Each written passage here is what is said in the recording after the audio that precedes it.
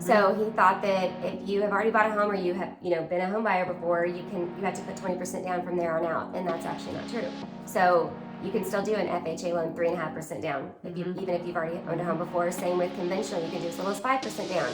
So for him, we started looking at the numbers when he realized that, and I was like, do 5% down on this new house.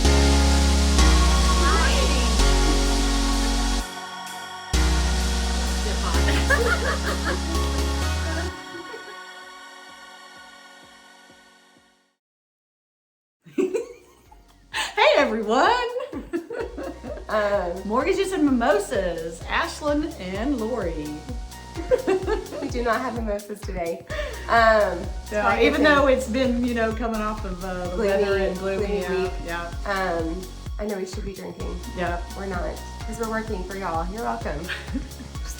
Well, right. We've kind of been talking about a lot of first-time home buyer stuff and a lot of, myths and things like that. And so Ashlyn's got a situation where she ran across something. It was how everybody thinks how much you need to put down on first-time home buyers, what is required, and then when you build up that equity for the next house. Yeah, so my buyer is not a first-time home buyer. This was their first home that they bought.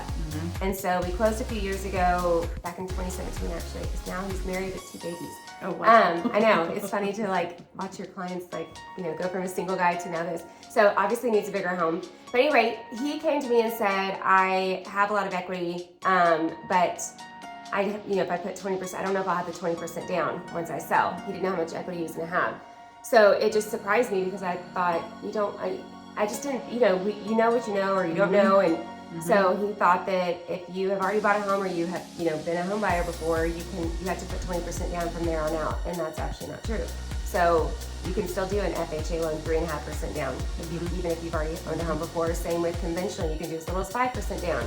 So for him, we started looking at the numbers when he realized that, and I was like, do 5% down on this new house. And he just had a ton of debt to pay off. He had, credit card debt, had some student loans, all these things that had high interest. So we looked at the difference between doing maybe a higher down payment versus lower down payment paying off debt.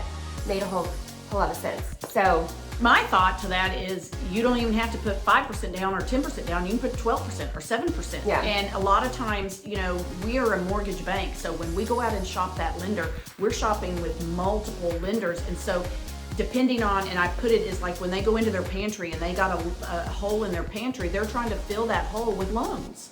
And so they price them different. Not food, loans. Loans, yeah, I know, see? And so they're trying to get that pantry full. But again, it's depending on what the investor's needs are, they price them differently. Right. And so that's where there's a sweet spot in some of those, whether if you take somebody's credit score, how much down, all of that, there's a sweet spot there. And so sometimes we can make those numbers work better or stronger for you, and then you put towards other things like your situation has. Yeah.